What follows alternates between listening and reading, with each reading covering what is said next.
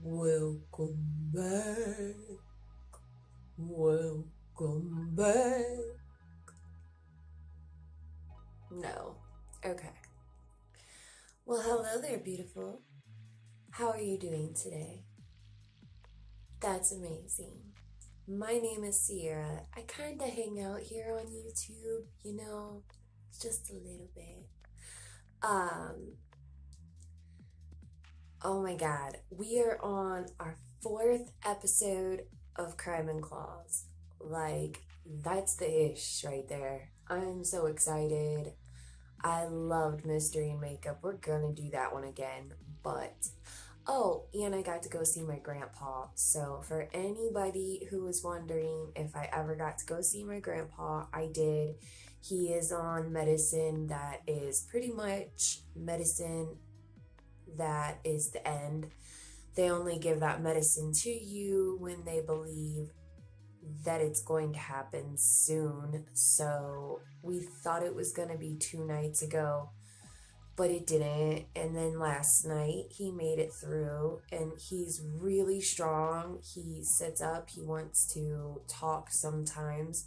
He falls asleep a lot, but it was good. I'm happy that I got to go. I'm glad that people sent such encouraging words, and yeah, thank you guys very much. I appreciate you guys so much.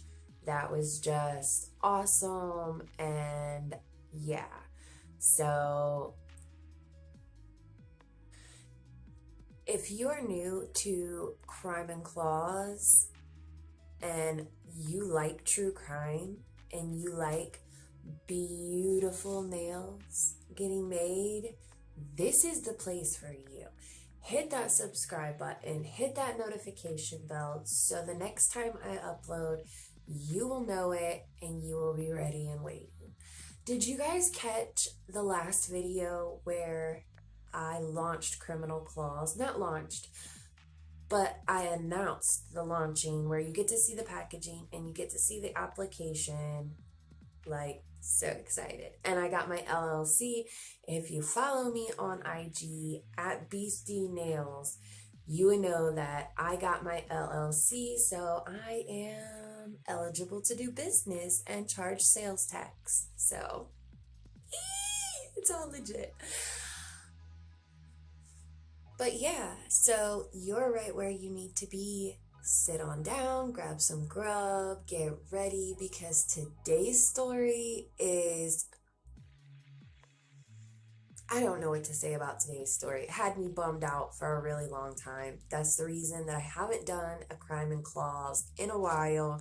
I told you guys that it was in the works, but I just couldn't do it. I couldn't do it until now, and I'm ready. So let's get into it. Oh, wait. There is a giveaway though. If you're new here, definitely still subscribe, but go back after watching this video. You have to wait, watch this video, and like this video, but go back and there is a giveaway like 2 videos back, I think it is, and definitely watch that video, enter to win. And then also right now on my IG, I'm doing a giveaway, but then I'm also doing once a month for one lucky person that is active on my IG. I go through my notifications and choose somebody that pops out, which you're gonna pop out if you're active. That's all I ask. All I ask is that throughout the month, just stay active, and at the end of the month, I will choose somebody to send a nail goodie bag to, which you can look at the last nail goodie bag that I sent out to just a random person. And yeah, it's full of goodies, full of acrylic, an acrylic brush, monomer, nails, files, decals, all that good stuff. So giveaway here on YouTube, giveaway on IG, and then a monthly giveaway on IG. So follow.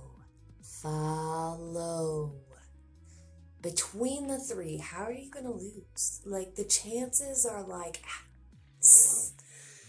You got good chances, girl. You got sis. You got good chances. Go follow. Yeah, good advice. All right, guys, we're gonna get into this video. This crime and claws is a whole doozy. A whole doozy. Oh yeah. Oh yeah. Just wait. I don't even know what to say. It broke my heart for a long time. And it like broke me to where I wasn't gonna do this anymore. But I put enough time in between finding all this stuff out, and now that I can finally talk about it, because you'll understand once the story starts. It is what it is. Alright, guys, I will see you at the end of the video. You will get to see how these beautiful babies are made. Enjoy. I want to put a general disclaimer for this video. This video may contain content that may be disturbing to some viewers.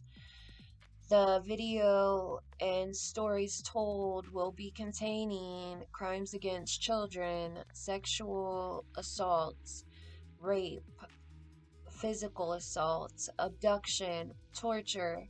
Please be advised if you have any problems with any of these things or feel that it may harm you in some way, please turn away from this video. There are other videos on this channel that do not contain crime, and there are definitely other channels on YouTube that you can turn to that do not contain these things. So please be advised, there is some disturbing content in this video.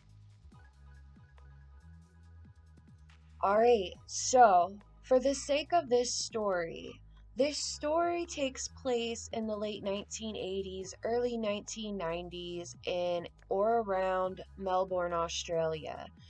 The police never caught the suspect.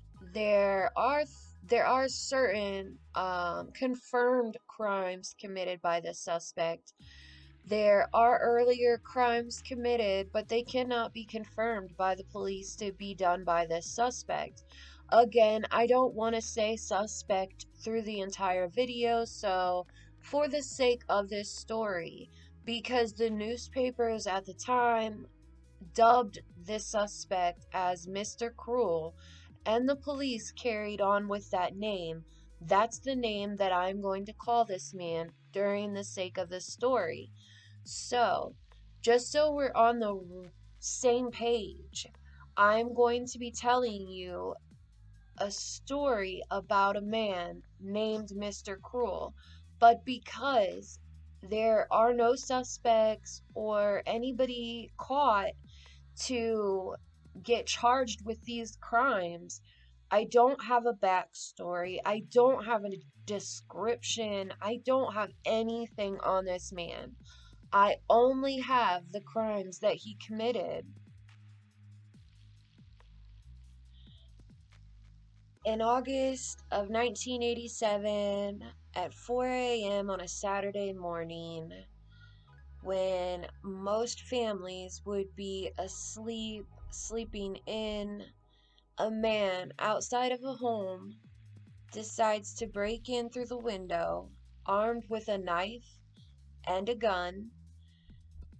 He wakes up the parents, forces the parents to lie on their stomachs. He bounds and gags them using knots commonly known as a sailor's knot.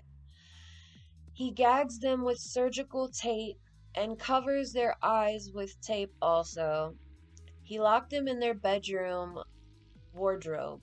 He then goes to their 6-year-old son's bedroom, blindfolds, gags, and ties the little boy to his bed. After he ties the little boy to his bed, he then goes to the 11-year-old daughter's bedroom and spends hours raping the young girl. He spent so long assaulting this little girl that he took a break to make himself a meal. He literally stopped assaulting her to make himself something to eat, and then continued to assault her. During the assault, he threatened her that if she was not good, he was going to kill her. But if she was quiet, didn't scream out, stayed good, that he would let her live. The little girl remembered during the assault that he got up, went to the phone, made a call to another family, threatening violence to them, and then continued to assault her again. During the assault, not only did he get up to make himself something to eat and then to make this random phone call, but he also went around the house just roaming, seeing what was in it, grabbed a box of old records to take with him for when he left, and staying true to his word, the little girl was good. She did not call out. He left and left her and the whole family alive. Now, the police did investigate, but the man did not leave any evidence. He wore a ski mask during the assault. The ski mask eye holes were sewed shut, and he didn't leave any fingerprints, any DNA. He did not leave anything for the police to go on. So the man was still at large for at least another year until he struck again. Also, let me say, when the police was investigating this crime, the little girl stated that he had got up and made a phone call, but the phone lines had been cut previous to the assault. So he had done this to keep the girl subdued or to show her that he was serious about harming her if she made any noise. In December of 1988, over a year later, Mr. Cruel strikes again, but this time things are different.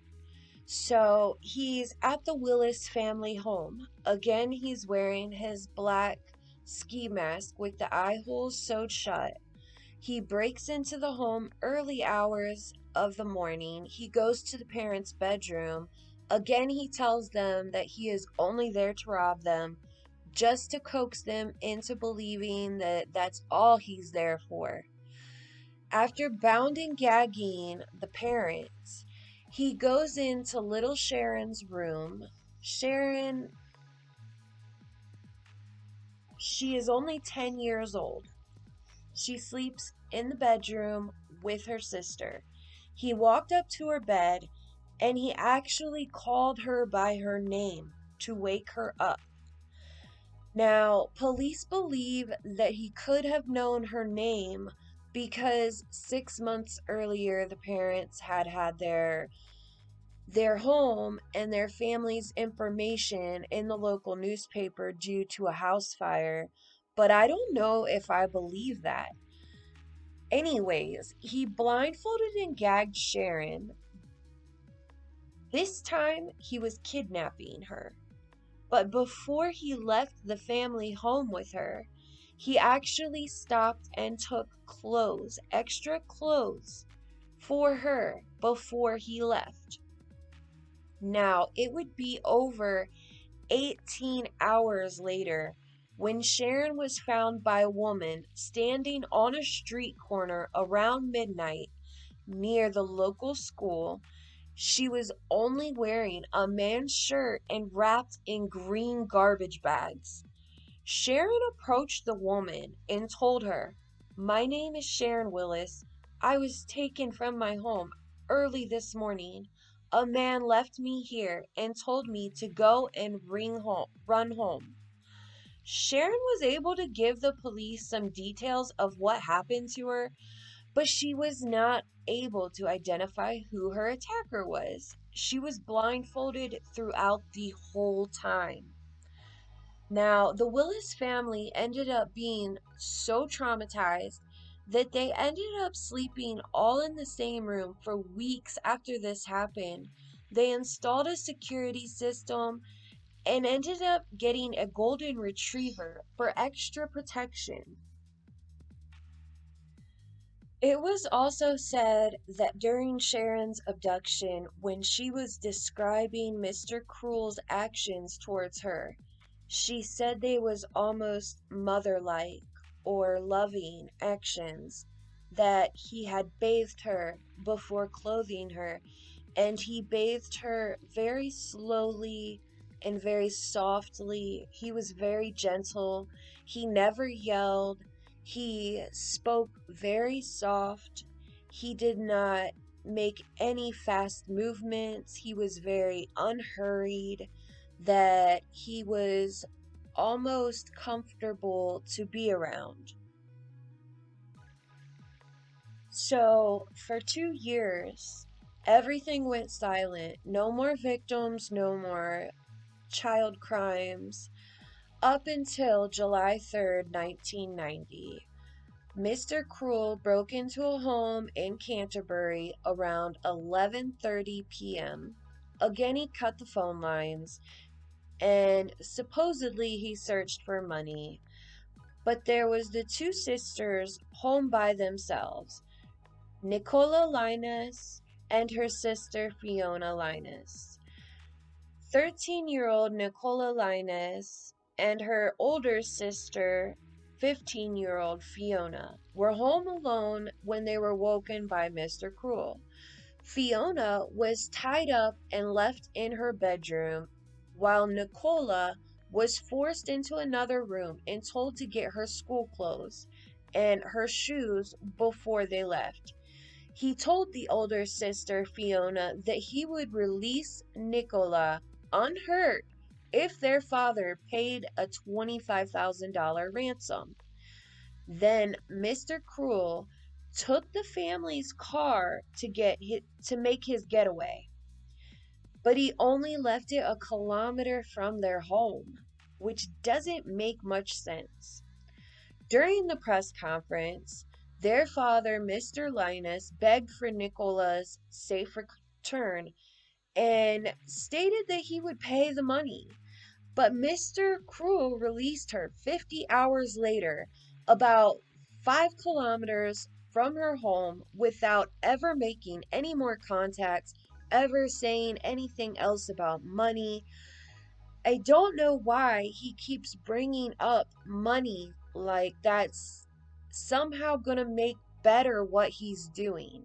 Like he's really only robbing people. I don't know. I don't get why he keeps acting like he wants money, because he never ends up caring about the money.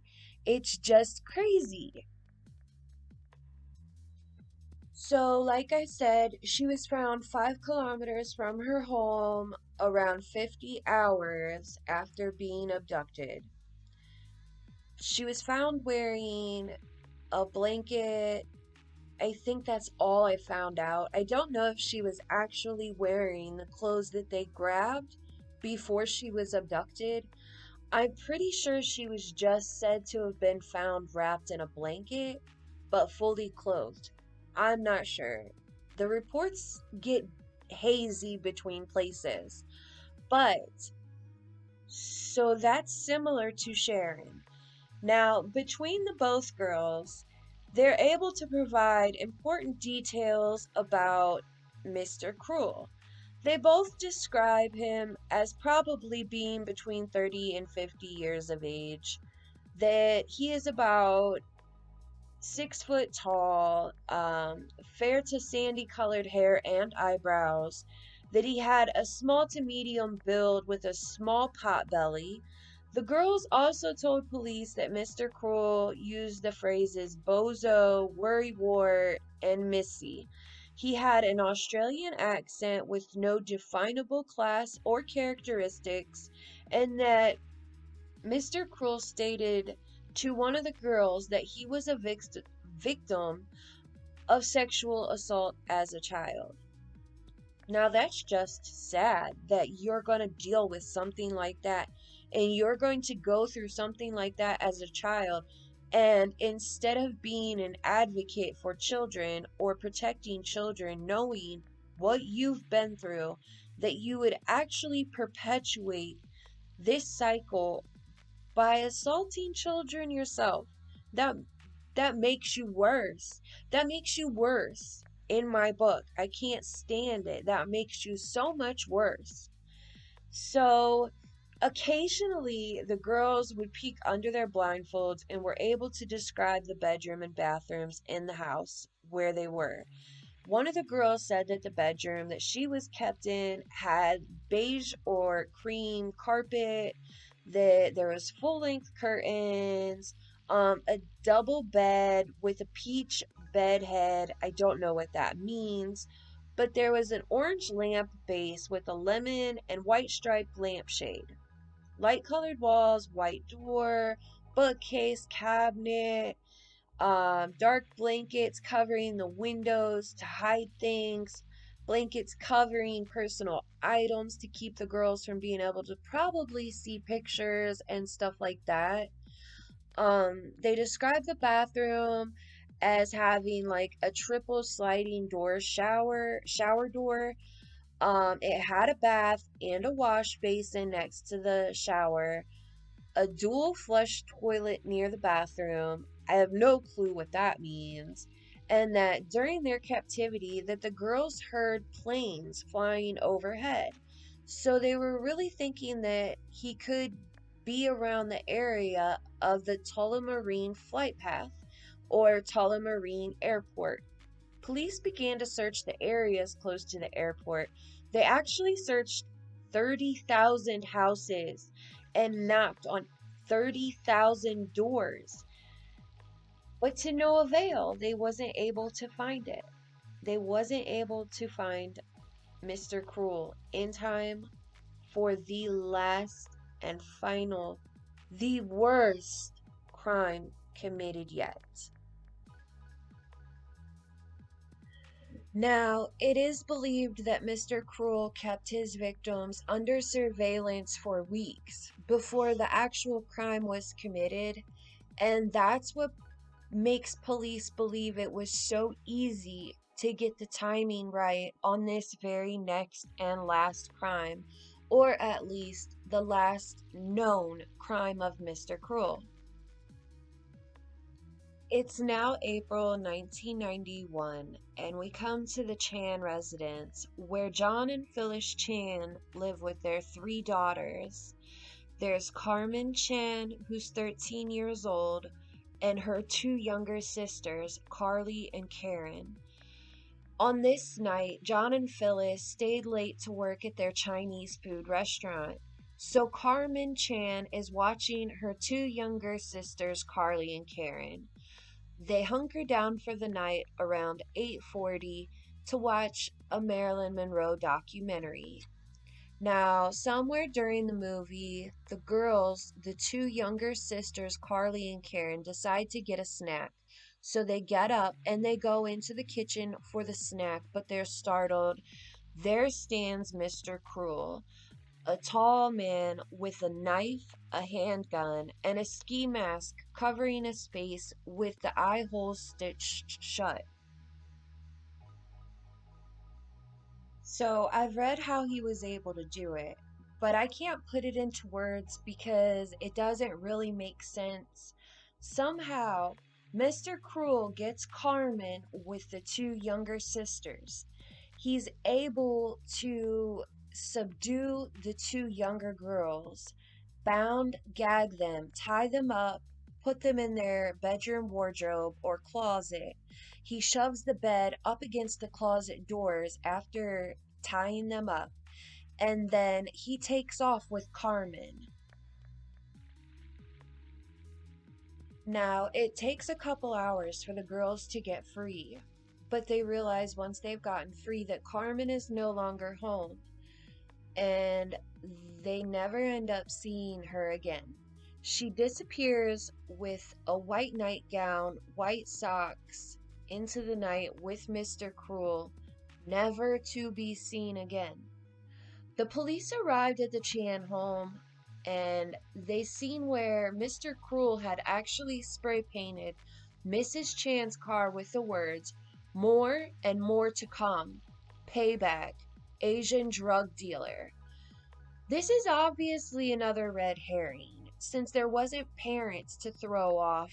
his scent while abducting their daughter, by telling them, "Oh, I'm going to rob you," then it seems like he can't help himself, or he thinks that he's just too smart for the cops. So he writes this on the car to throw them off and make them think that it's somehow somebody that's getting payback. It didn't really make sense. So, the time spent on checking the Chan family's background found that they had no involvement with any drug related crimes. Believing that Carmen would be eventually returned, John and Phyllis made a heartbreaking appeals. Now, they went on the news, and her mother ended up, you know, this is the part that broke me. This is the reason why it took so long to do this video, because it was is unspeakable. This little girl's mother, Phyllis, goes on the news and she's pleading with all her heart. This isn't like, "Oh, please bring my daughter home. We love her. She's a human being." Oh no, that's not what this woman did. She poured her heart and soul out. She bawled her eyes out from the bottom of her soul. She begged. She really thought that she could get her daughter back. She she pled with her daughter, "Carmen, please come home. The dresses you love so much, they're waiting on you. Your shoes, your friends, they miss you, Carmen. Please come home." Now, this is all to no avail. Carmen does not come home. Now, Sharon Willis had been released 18 hours after her abduction, and Nicola Linus 50 hours after her abduction. But Carmen's body was not found until the following year. On April 9th, 1992, 4 days short of the first anniversary of Carmen's abduction, a man walking along a creek spotted what looked like a human skull and notified the Thomaston police. Forensics confirmed that it did belong to Carmen and that she had been shot in the head 3 times. It is believed that Carmen may have seen Mr. Cruel's face, which is why she was murdered instead of being released like the other victims. Alright, so that's where our story ends today. Carmen Chan never came back home. She was never seen alive again. It took the police a year to figure out what had happened to her. What do you guys think? What do you guys think about this story and who he could possibly be? I don't know. He could be a teacher, a policeman. Look at how good he was at covering his crimes. But, alright, guys, I'm gonna let you go. I hope you love this set. I'll see you in the next one. Bye.